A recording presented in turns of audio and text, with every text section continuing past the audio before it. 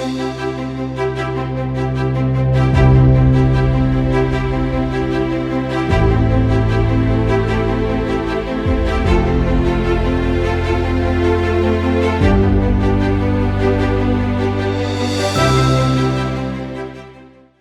everyone. This is Rochelle Rizzi with Vrai, and today I am here with Tino Chow, who is the founder and principal of Giant Shoulders. I'm really excited to bring him to the table today. I've had the pleasure of working with Tino on a few projects now, and I just really admire the culture that he's built. But more than that, I can't wait for him to introduce himself and tell you a little bit about his journey, because I really think it's fascinating, from a military background and all the way through leading this creative team across the globe. He's just phenomenal. Tino, hi. Hi there. Thank you for having me. Thank you.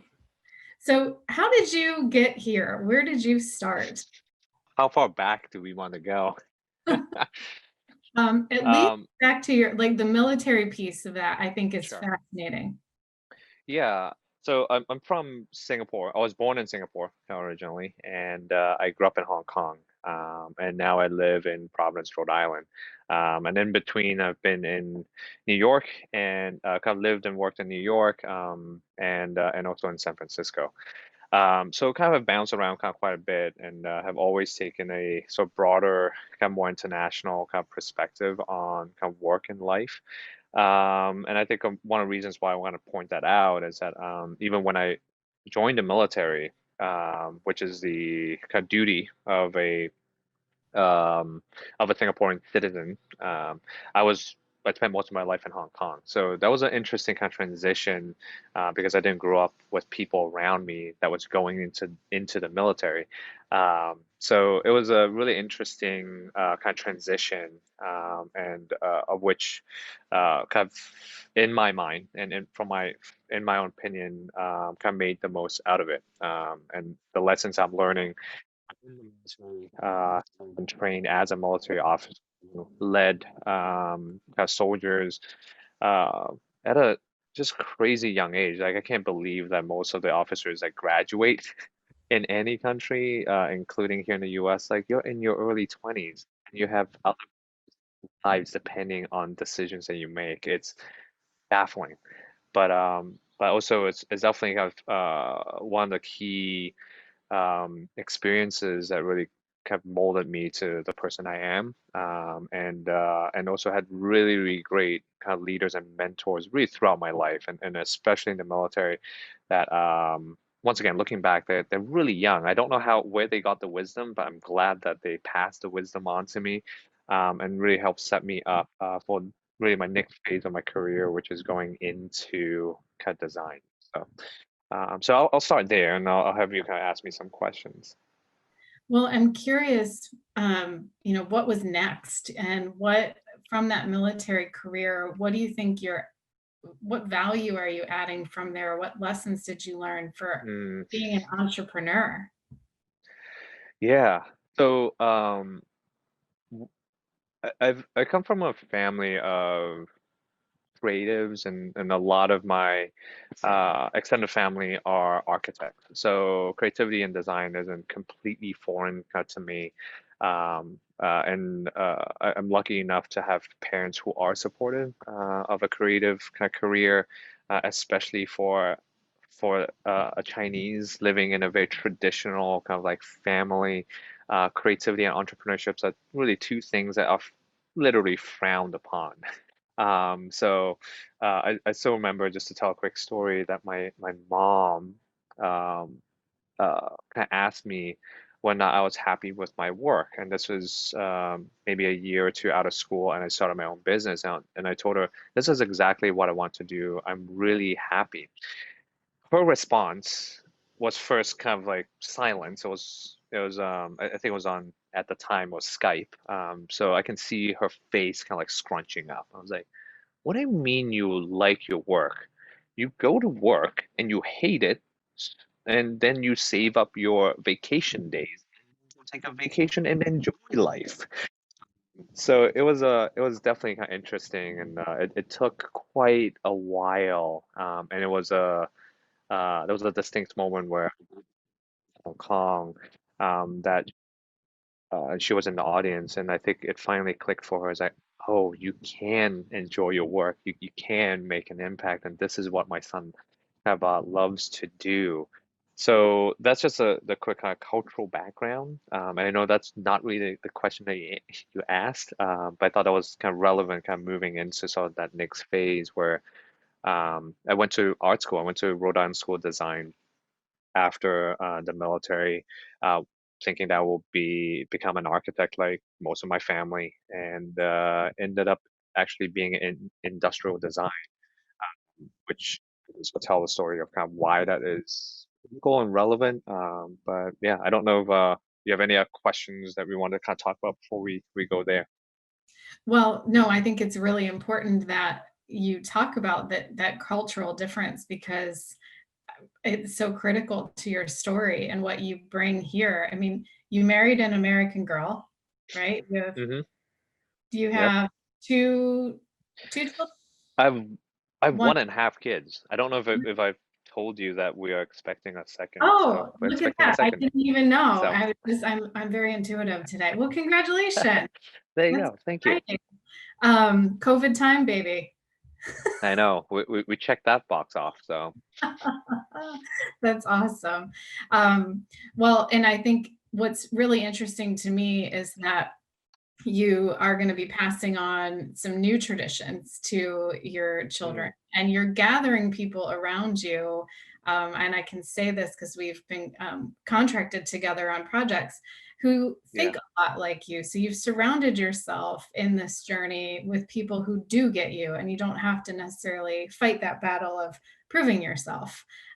So talk to me about Giant Shoulders and how it was Yeah. conceived, if you will. Yeah, no, totally. Yeah, so Giant Shoulders isn't the first kind of agency studio that I've started. I started one right out of school and basically made every single rookie entrepreneur kind of mistake that you can ever make. So I started a personal account for the Yeah. business. I didn't keep my books for a year, and my accountant was like, "Hey, you need to pay taxes." I was like, "What's that?" So we undervalued, undersold ourselves. We didn't understand kind of business kind of really as well. But that was the first business, and kind of in between that, I was down in New York and in San Francisco, as I mentioned earlier.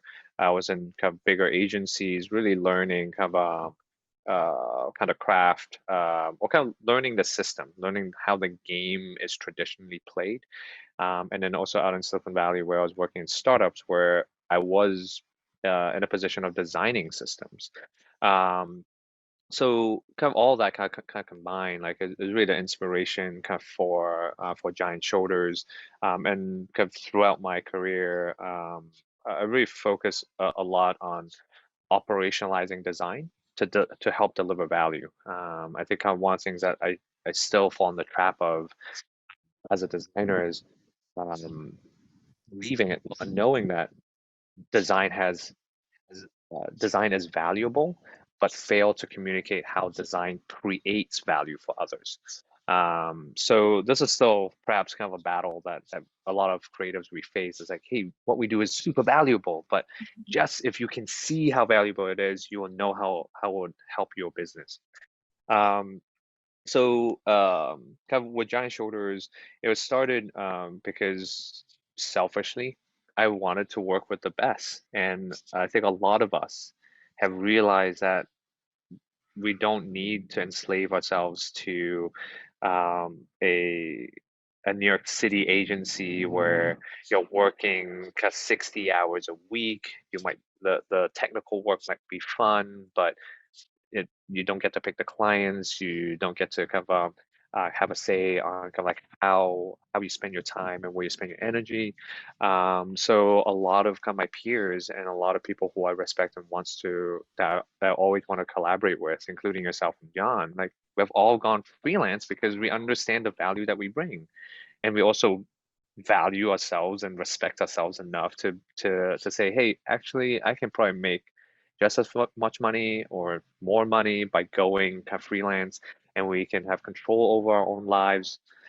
We can control kind of who we work with, and we can kind of get out of any kind of commitment relationship that we don't like. So it gives us that freedom. And so when I built Giant Shoulders, I originally kind of headed in, kind of started it in a traditional way of like, okay, who can I hire?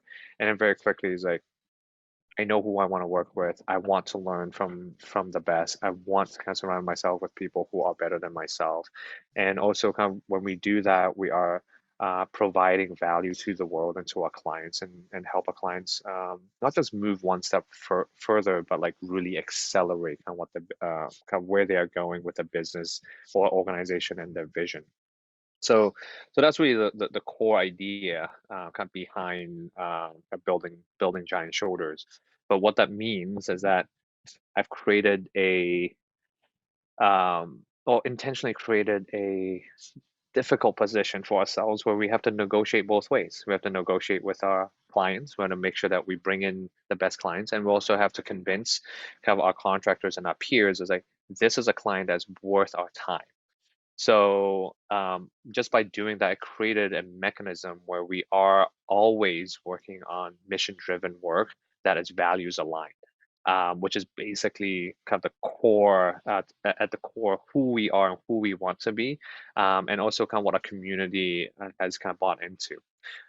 So that's kind of basically kind of what we have kind of designed as a community, as a system, and as a business. Yeah, we're in the business of helping kind of accelerate kind of people's missions and visions. Yeah, and that's what I love about working with you because I feel like you've already vetted those clients. Um, Talk to us because I know I can talk to this, but I would love for Mm. you to tell the audience what it is. What are those characteristics that you're looking for on both sides? Well, perhaps like the top one is having the growth mindset. The idea comes from Carol Dweck, who wrote a book that's called Mindset. And you basically have two types of people in the world, because there's only always two types of people in the world. You have the fixed mindset and the growth mindset. And as I describe, kind of even kind of uh, my own belief in leadership is all about surrounding yourself with people better than you, and kind of having them not just cover your blind spot, but make each other better. And I think, and that everybody is working towards a greater purpose than themselves. So I would say kind of those are some of the key things that we look for in both our partners and our clients, and come with those kind of ingredients, like we'll naturally be collaborating and knowing how valuable kind of like the skill set that and mindset of everybody kind of coming together, that we are stronger together. And there's that sense of service kind of for everyone else, looking out for one another, covering each other's blind spots. And one of the things that we deliberately bring to the party is kind of process and curiosity. Like those are almost like kind of counterintuitive, and this really speaks to kind of my military background, where my military and my creative background. Like I feel like what creatives need more times than not to thrive is actually structure, which is so just like counterintuitive. It seems where it's like, oh, you just have the space, your blank canvas is the best thing that can happen to you, is actually not true. So that's really kind of where Giant Shoulders and kind of my own experience where we come in. How do we build a structure for everyone to thrive? So not to say that our structure can't change based on the people that we're interacting with. Like we are always open to kind of changes, always open to finding the right balance kind of for team and for client. So yeah, so those are primarily kind of our values, and yeah, it really does come down to having that growth mindset. What do you think when you think about your true north? Do you think that you're on your path? Have you reached it? What's next? Yeah. So um, this is I don't think this is outwardly expressed as my kind of like vision and mission, but um, I say this internally a lot. It's like how we're in the business of helping leaders do more good, helping leaders kind of be, well, yeah, kind of helping leaders be even better versions of themselves. So it's not really a trickle down kind of effect, but kind of leaders have a responsibility and have and has influence kind of over others, and even in our own um, kind of event series, we have often talked about kind of the thing that we want to do is to help leaders ask better questions because oftentimes you just look to leader for answers and you don't have time to even process and ask good questions. And asking good questions take effort, but it makes kind of a light work kind of afterwards. I was But going to say, one of the intents of having these conversations for other entrepreneurs is one, to highlight those people that I bring here, but two, and maybe more importantly, how can we be of service to our fellow entrepreneurs? So talk a little bit about your educational series and how people can be following you for that, because everybody's always looking for tips and tricks, but especially now, how can we stay centered and how can we be mm, focused on our true north? I mean, that's my passion, is trying to get people to understand work-life balance. It catches me when I'm not balanced, as a yeah, mom of four kids. And you've seen me, I've said, like, I'll get back to you on Monday. I'm taking the weekend off. And it's very yeah, difficult when team members are sending me messages, to turn off my notifications and appreciate life, because as you said yeah, before, this is why we did this in the first place. If we don't have yeah. balance, then what the heck is the point? Um, No, but talk a absolutely. little bit more about your series and what people may be able to gain from that, and tell us how we can follow you. We started this series kind of for leaders and co-founders to vent and because things were changing so quickly in the beginning of the pandemic and everything was so new that we just needed a place to just share. It's like, okay, this is what we're doing and it's not quite working. Like, what have you done? Like, kind of let's just share information. So it turned into a little bit more of a support group, which is great. But up to a certain point, when it was like kind of maybe 6 or 8 weeks in, we realized that um, um, we have kind of the purpose of those calls have ran its course. Like we're ready to take the next step. And to us, taking the next step isn't just kind of ramp up the reaction or just do more of what we were doing. It's really kind of like what you're doing. It's like take a step back, reevaluate, pause. What is your true north? Kind of to us, like because we are branding firms, like how what is your vision? What is your promise? Kind of who are you before you move to the next step?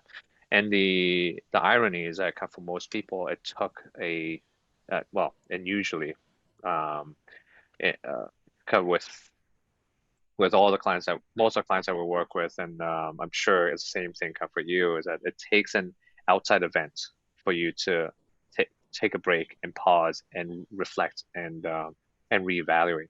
So I kind of heard this kind of term, which is kind of interesting. It's like don't let a good pandemic go to waste.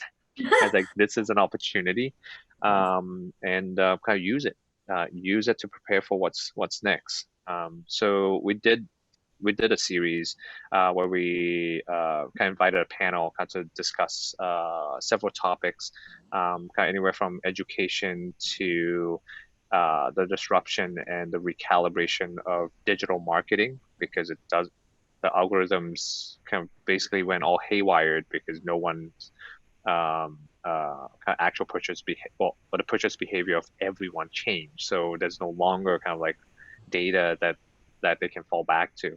So which pushes kind of companies to actually go back to the basics of like building solid relationships, which is exactly the kind of business that we are in. So the series is on. So we recorded all of those.